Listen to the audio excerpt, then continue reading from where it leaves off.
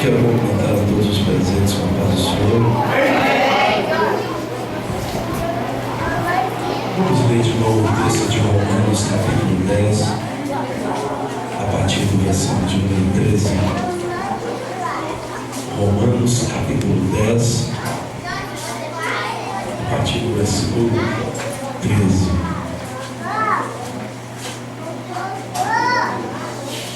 Quando você procura, canta comigo o verso coro de mim.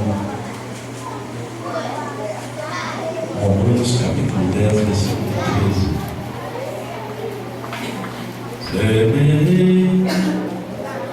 A semente da primavera regueira com lágrimas, choro e dor,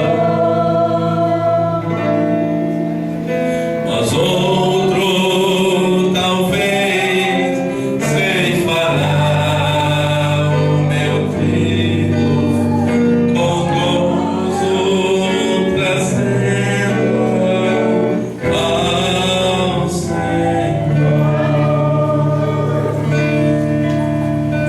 Vez após vezes a minha alma sente angústia e o choro do semeia,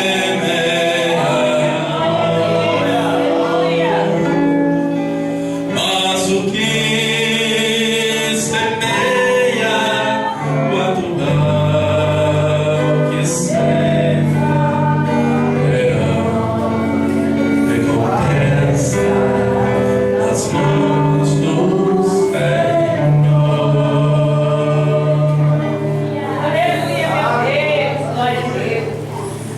Porque todo aquele que invocar o nome do Senhor será salvo. Como, pois, invocarão aquele que não creram? Como crerão naquele de quem não ouviram falar? Como ouvirão se não há quem pregue? Como pregarão se não forem enviados? 17. De sorte que a fé é pelo ouvir, e o ouvir pela palavra de Deus. Podeis sentar.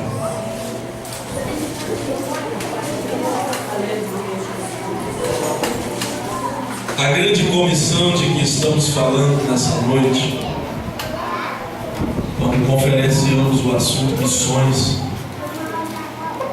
quando debatemos sobre esse assunto em nosso dia a dia, mas principalmente em encontros missionários como têm sido organizados pela organização missionária Jesus para Todos os Povos. Esse tema, ele parece ter sido negligenciado pelas lideranças evangélicas no Brasil e no mundo. Eu quero traçar um paralelo nesta noite sobre a vontade de Deus, a obra de Deus e a obra missionária. Embora eu não devesse criar um paralelo diferente para a palavra obra de Deus e a palavra obra missionária, mas por alguma razão que eu desconheço, as lideranças evangélicas no Brasil e no mundo conseguem entender que estão fazendo a vontade de Deus sem estar fazendo a obra de Deus. E por uma outra razão que eu também desconheço, as pessoas que estão fazendo a obra de Deus pensam estar fazendo ela sem estar envolvidos na obra missionária.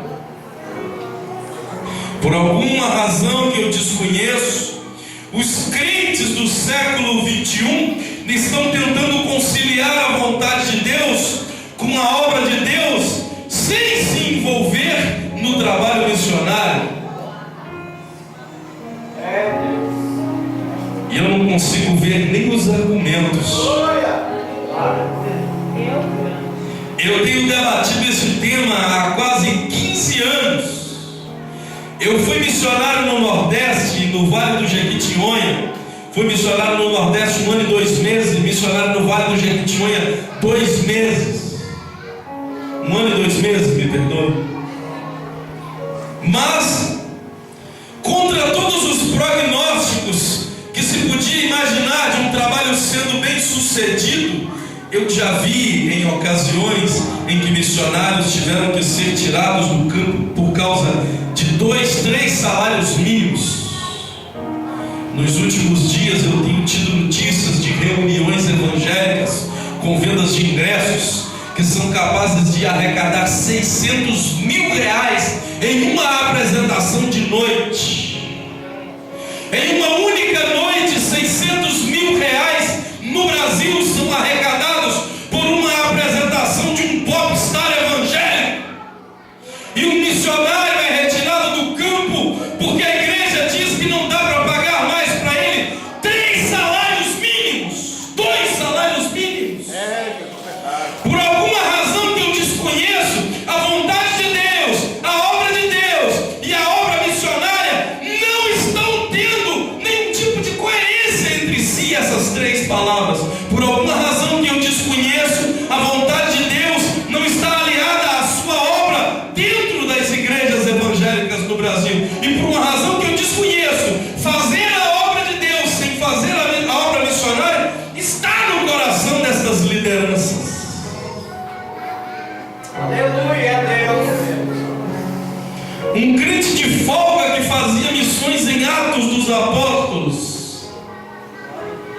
Para que você perceba que não há distinção entre vontade de Deus, obra de Deus e obra missionária. Um crente de folga em Atos dos Apóstolos. Atos capítulo 17, a partir do versículo 1, diz que Paulo chegou em Atenas, não para fazer em Atenas uma obra, porque não fazia parte daquela viagem missionária estar em Atenas. Ele se ateve em Atenas por alguns dias, 4 dias, para esperar Timóteo e Silas, que chegariam em Atenas para eles seguirem viagem. Os 2 cooperadores que o trouxeram até Atenas deixaram ele lá e voltaram para buscar Silas e Timóteo. E o versículo 2 está dizendo que enquanto ele esperava que eles chegassem em Atenas, ele deu uma voltinha na cidade. O texto diz que ele se compadeceu dela. Enquanto Paulo os esperava em Atenas, o seu espírito se comoveu nele mesmo, vendo a cidade entregue à idolatria. Quando eu estudei antropologia missionária, eu pensei que ia ser uma coisa muito técnica. Era antropologia missionária, tinha que ser técnica. Mas o cabra que Deus preparou para ensinar antropologia missionária para nós não tinha nada de técnico. Ele fazia a gente fechar o olho e ver o céu. Nesse dia ele não fez a gente fechar o olho e ver o céu, fez a gente tentar ouvir o barulho de 1 bilhão de almas que está indo para o inferno nesse momento. Deus. Nesse momento a Síria de Bashar al-Assad está sitiada pelos países da aliança militar dos Estados Unidos para ser atacada a qualquer momento. Nesse momento os egípcios estão na rua para derrubar o ditador do poder, tirar a ditadura militar do poder e colocar alguém da Irmandade Muçulmana para banir os crentes do Egito. Neste momento os etíopes estão adorando as divindades ancestrais. Neste momento em Addis Abeba, na Etiópia, alguém está sacrificando uma criança para um político se manter no poder.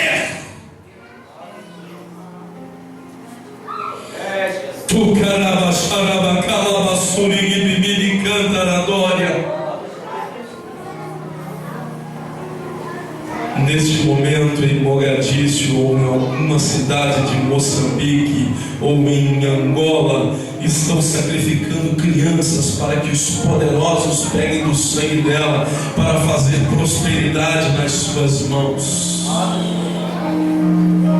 As armas clandestinas do tráfico de drogas está saindo da fronteira da Bolívia com o Brasil e entrando nas nossas florestas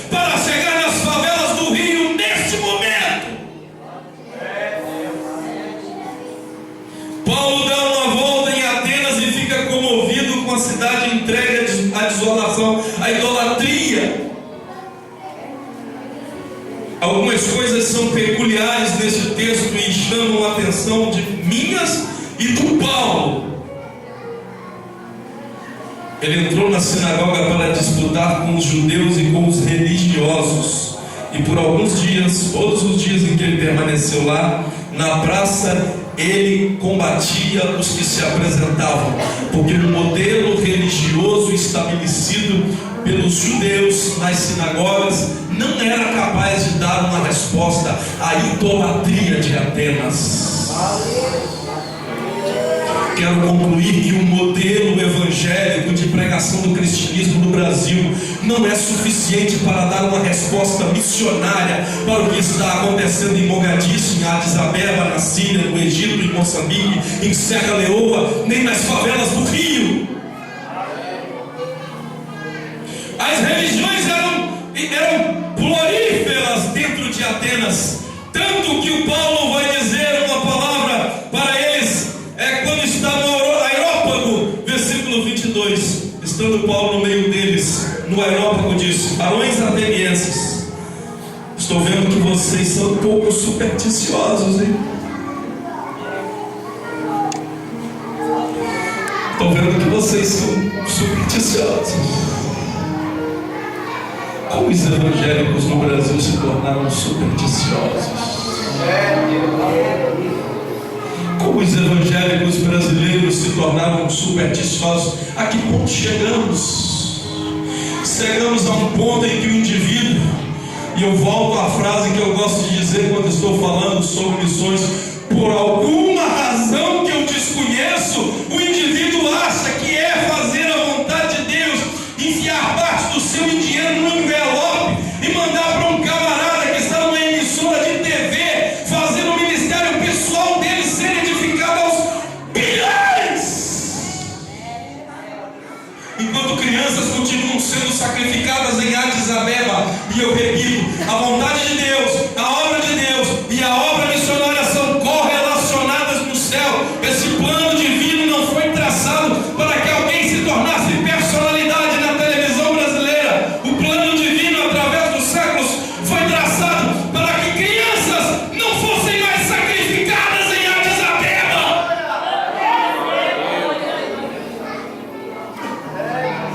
Houve um tempo em que o cristianismo entrava nos países e mudava as culturas, mas agora chegamos a um tempo em que as culturas estão modificando o cristianismo.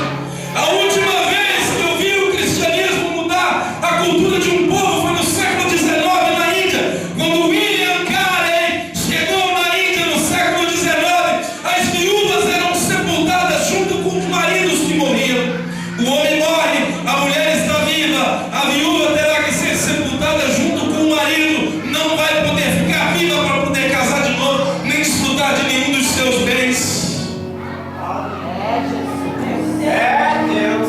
O sudoeste, o ritual de enterrar a viúva junto com o marido, foi banido da Índia pela influência do ministério de William Carey. Ele se sentou em sua escrivaninha, pegou todos os escritos Vedas, os 5 escritos sagrados do hinduísmo, e vasculhou cada um deles, desde o Kama Sutra até o Bhagavad Gita, para ver onde estava escrito que se enterrava a viúva com o marido. Ele não achou e provou às autoridades da Índia que aquilo era uma prática pagã e supersticiosa, e foi proibido na Índia desde o século XIX. Aleluia, Deus. Agora eu pergunto para vocês, onde o cristianismo está influenciando? E por alguma razão que eu desconheço, os crentes pensam que vão parar essa avalanche de superstição, de idolatria, de destruição, de homossexualismo, ajudando o Congresso a aprovar leis. Aleluia. Nosso trabalho não é aprovar leis, nós não somos assembleias, nativo, vereador, prefeito, deputado, nós não somos políticos. Nosso trabalho é mudar pessoas. Uma das pregações mais famosas de Billy Graham nos Estados Unidos, enquanto ainda pregador, ele disse para a multidão que ia dizer para eles, naquela noite, por várias vezes, o que realmente era importante para Deus e com o que realmente Deus está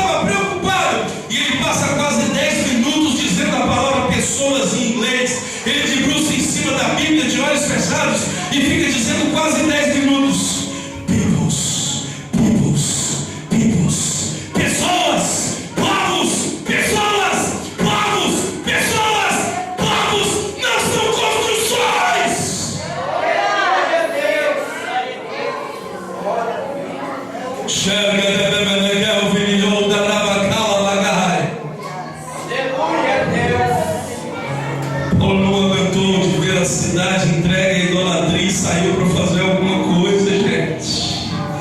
Ele não estava lá para fazer nada, não só ia esperar o Timóteo e o Silas chegar e capar fora, mas não deu para ficar parado. Um crente de folga em Atos dos Apóstolos fazia muito mais do que 85% dos pastores brasileiros juntos em um ano de trabalho.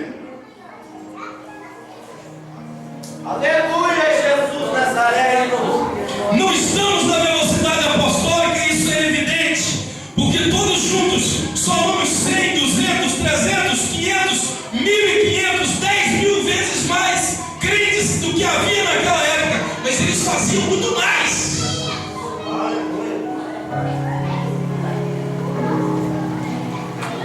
Nós superamos eles em número, eles nos superavam em seu tempo, em responsabilidade com a vontade de Deus.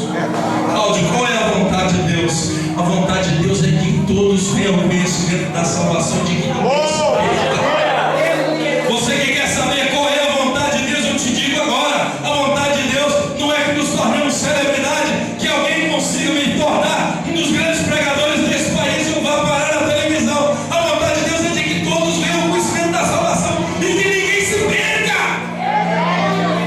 Porque todo aquele que invocar o nome do Senhor será salvo. Uma chave aberta, uma porta aberta, a chave ainda está na porta e a porta ainda está aberta. Todo aquele que invocar o nome do Senhor será salvo. Mas como invocarão em Addis Abeba? Como invocarão na Síria? Como invocarão no Afeganistão? Como invocarão o nome daquele em quem nunca ouviram falar? Como crerão naquele de quem nunca ouviram falar? E nisso o moço de folga, o apóstolo Paulo, eu vou chamar ele de moço de folga. E nisso o moço de folga, que em Atos dos Apóstolos fazem muito bem, porque ele diz para eles: olha, eu estive passando e vi o santuário de vocês e achei muitos deuses, e achei também um altar em que estava escrito: ao Deus desconhecido.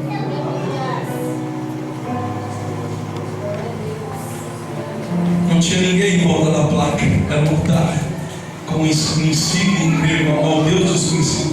Não tinha ninguém em volta da placa. Eu posso encher essa placa de gente agora.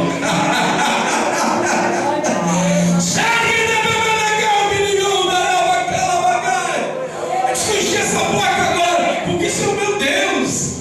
É desconhecido para Atenas, mas eu conheço. É desconhecido para os gregos, eu conheço. E disse: esse que vocês honraram com a placa sem saber quem é o Deus que eu anuncio para vocês agora. E eles começam a conhecer Jesus da boca de Paulo e começam a invocar o nome do Senhor por causa daquelas pregações todos os dias, até o Timóteo e o Silas chegar. Ele foi lá na placa do Deus desconhecido ganhar gente para Jesus. Todos os que invocaram o nome do Senhor, vendo o Paulo pregar, já não passava mais por aquela placa sem se lembrar que naquele lugar eles conheceram Deus e agora não verão mais um Deus desconhecido para eles. Mas como invocariam se não tivessem ouvido o Paulo naquela placa? Como invocarão aquele de quem nunca ouviram falar? Resolvido o problema do homem perdido, Deus dá a salvação. Todo aquele que invocar o nome do Senhor será salvo. Está resolvido o problema. Mas uma segunda barreira restringente, uma segunda barreira está restringindo as pessoas de chegar até Deus. Nem todos invocam. O problema do homem ser salvo está resolvido. Invoca o nome do Senhor e será salvo, mas nem todos invocam. Uma barreira restringindo. Porque como vou invocar aquele quem não creio? Não creio. Estão acostumados a sacrificar animais para seus ancestrais. Estão acostumados a se dirigir às estátuas e falar com elas. Estão acostumados a invocar os deuses do voodoo, como fazem no Haiti. das feitiçarias mágicas dos povos africanos. Na Índia, o maior festival religioso do mundo, Kumbh Mela, às margens do rio Ganges, onde bilhões de pessoas tentam ao mesmo tempo se lavar nas águas consideradas sagradas do rio. Como trocar aquela crença fundamentada em tradições ancestrais na verdade divina? Como virão se não há quem pregue?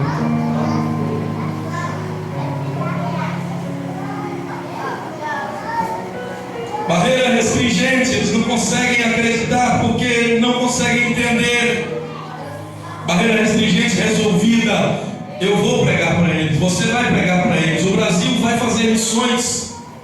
A organização Jesus para Todos os Povos se mobilizou e agora o Brasil vai fazer missões. Aleluia, Deus. Acesa está a fogueira e muita gente já está atendendo ao chamado. O farol está aceso e muita gente já está acendendo o chamado.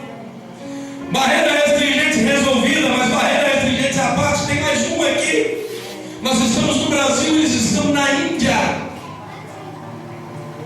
Nós estamos no Brasil, eles estão na Síria, no Afeganistão, no Paquistão, na Geórgia. Como pregarão se não forem enviados? Aleluia, Jesus.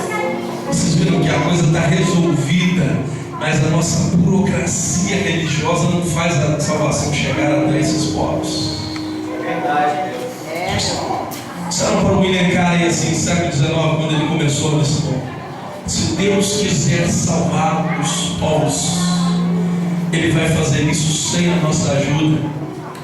Isso parece verdade. Mas se esse fosse o modelo que Deus escolheu para salvar os povos, eles estavam salvos há muito tempo. O modelo que Ele escolheu foi contar comigo e com você. E é por isso que eles não estão salvos até agora. Se o modelo escolhido por Deus fosse o de fazer a revelia dos crentes, já estava feito há muito tempo. Porque tem coisa que você está esperando de Deus e que Ele tem para dar para você, que a parte dele já está pronta, só não está na sua mão, porque você não fez a sua parte ainda. Pensa que pode fazer a vontade de Deus sem se envolver na obra de Deus. E pensa que esse negócio de missões é para Cláudio, é para Ney, é para o Anderson, é para André, é para fulano de tal.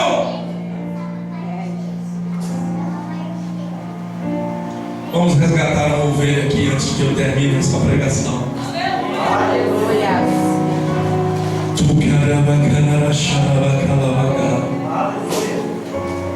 E como se resgata uma ovelha caída no fundo de um buraco a 15 metros de profundidade? É, Jesus. Precisamos de uma corda de pelo menos 20, máximo 30, o ideal 30 metros uma corda, para fazer esse percurso de 15 metros de profundidade até o fundo de um buraco. O missionário, Ney, é aquele que se habilita para descer na ponta da corda. Eu falo sobre isso muito. Glória a Deus. Eu faço questão de terminar pregações missionárias falando sobre isso. O missionário é aquele que se habilita para descer amarrado na ponta da corda. Glória a Deus. Aleluia. Aleluia, Deus. Você que não se habilitou para estar amarrado na ponta da corda e descer os 15 metros de profundidade do buraco até a ovelha, não está fadado a ficar fora desse processo. Porque para fora do buraco ficou espichados outros tantos metros de corda que serão para pessoas colocarem a sua mão nessa corda e fortalecer o braço, a força que fará o trabalho de motriz, que vai içar o missionário até o fundo do buraco e depois trazê-lo de volta consigo a ovelha. Glória a Deus. Você não está fora não. O Ney disse aqui, dá para orar pela obra missionária e isso é fazer parte. Dá para contribuir com a obra missionária e isso é fazer parte.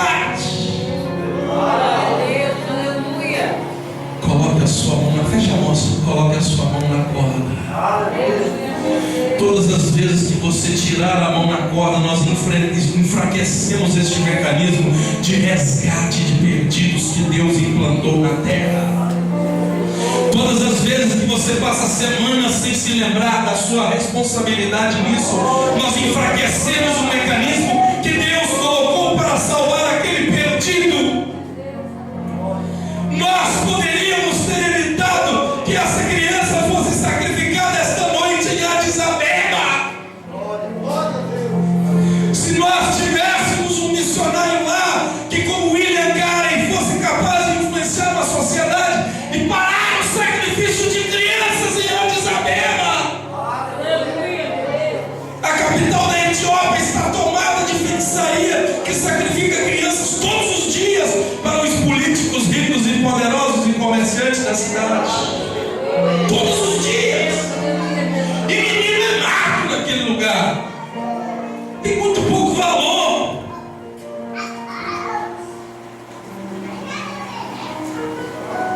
Segura na corda. Não deixe esse mecanismo enfraquecer. Quando Jesus chamou os crentes pela última vez para conversar com eles, ele disse: ficai em Jerusalém, até que do alto sejais revestidos de poder. Muita gente já me perguntou por que a igreja recebeu esse poder espiritual, o batismo com o Espírito Santo se fortaleceu. A resposta não é minha, é de Jesus. Atos 1:8: mas recebereis a virtude do Espírito Santo que há de vir sobre vós, e ser-me-eis testemunha, tanto em Jerusalém como em toda a Judéia e Samaria e até os confins da terra. Em todos os lugares dessa tarefa evangelizadora mundial que a igreja recebeu, simultânea, para fazer aqui nesse bairro, no bairro vizinho, na cidade vizinha, no estado vizinho, neste país e nos outros países, até os confins da terra, ele deu um revestimento de poder do Espírito Santo. E revestidos como estamos, eu me sinto revestido aqui, e revestido como estamos, eu me sinto visitado pelo Espírito Santo nesta reunião, nesta noite. Não foi para outra coisa que Ele nos revestiu, não foi para outra coisa que Ele nos visitou nesta noite, senão que fôssemos testemunha, tanto em Jerusalém como em toda a Judéia e Samaria, até os confins da terra. Observem que os verbos não estão conjugados com ordens dadas para partes singulares, fazer aqui, depois lá e depois acolá. Ele diz tanto em como em e em, isto é, está fazendo todas as partes deste mecanismo funcionar ao mesmo tempo, e para isso precisamos de muitas mãos nessa corda. Porque fazer aqui e fazer ao mesmo tempo no Afeganistão não é tão fácil. Fazer aqui e fazer ao mesmo tempo no Paraguai com Roberval não é tão fácil. Fazer aqui e fazer no Vale do Jequitinhonha é muito difícil, eu sei do que eu estou falando. No Nordeste, eu sei do que eu estou falando. A corrupção no Nordeste é gritante. Os melhorzinhos que tem lá só roubam o dobro do que rouba os seus pais. As crianças do Nordeste são sujeitas a todo tipo de abuso sexual, por parte de poderosos, por parte de apadrinhados, por parte de padrastos, de avós, de pais. Eu estive naquele lugar. A cultura da briga nos bares, esfaqueamentos, boletins de ocorrência, um nível assustador de violência naquelas cidades. E não são cidades grandes, não, são cidades pequenas. Nordeste, cidades pequenas. O crack devastou a nossa sociedade. Nós ainda estamos nos recompondo. E pasmem vocês, a igreja ainda não deu uma resposta. O crack já devastou a sociedade brasileira em todas as suas camadas, e a igreja ainda não deu uma resposta.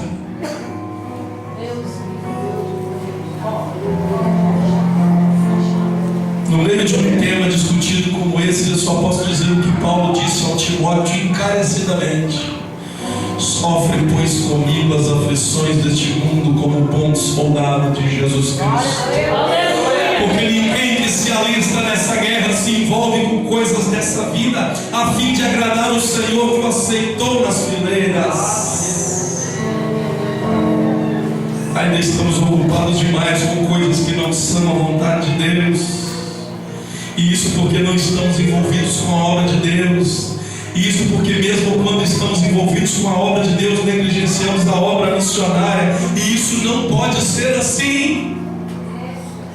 Podemos até fazer o que é local, o que é pessoal, o que é familiar, o que é mais próximo de nós, sem estar envolvido com o que está longe de nós, porque é a nossa responsabilidade.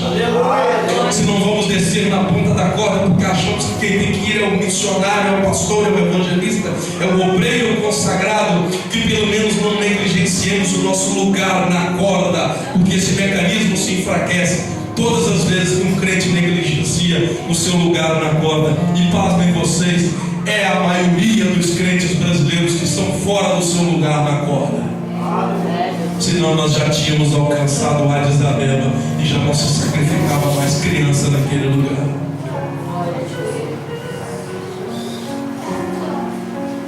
Não teve filho.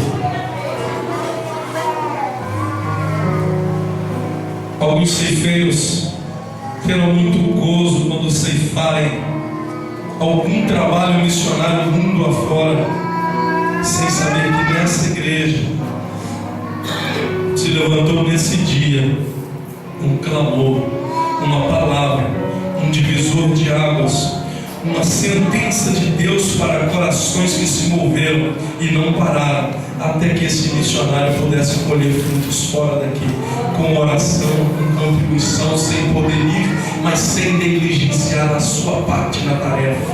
E um missionário que nem conhecemos receberá a honra de batizar um novo convertido, de ganhar uma alma, de parar na sociedade inteira na prática das depravações de que está fazendo. Paulo se move de compaixão e vira a idolatria da cidade. Vamos ver com compaixão a idolatria desse povo, a pecaminosidade desse povo, e sentir o gemido do bilhão de almas que está fadado a ir ao inferno, e tentar baixar de 1 bilhão para 900 milhões, de 900 milhões para 800 milhões, de 800 milhões para 500 milhões, até deixar o diabo sozinho no inferno, porque ninguém mais irá ao inferno só porque eu estou sendo um crente negligente. Se for para o inferno, que seja por outros motivos, eu não negligencio mais. 1 bilhão de almas ir ao inferno porque eu sou negligente é um absurdo. Eu tenho que tomar jeito na minha vida e não negligenciar mais. Aí o diabo vai sozinho para o inferno agora. Se nós não negligenciamos. É verdade. Interessante é que quando imbuímos nisso tudo, nós sentimos uma força motriz extraordinária. A gente sabe disso. É uma palavra que Deus disse para Josafá: nessa guerra vocês não terão que lutar. Parai, estai quietos e vede a maravilha que eu vou fazer agora.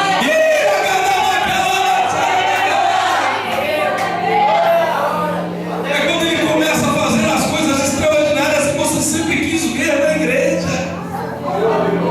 O melhor de Deus está por vir e virá quando você estiver imbuído nisso.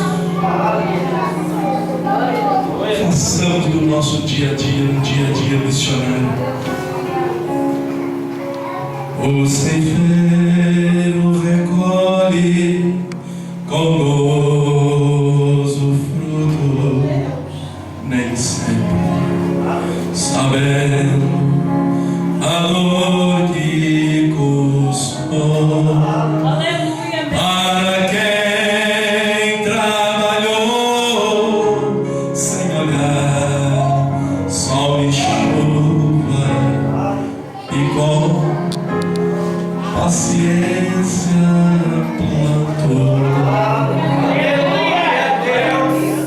É só uma semente. Vez após vezes a minha alma sente, cante, e o choro do céu é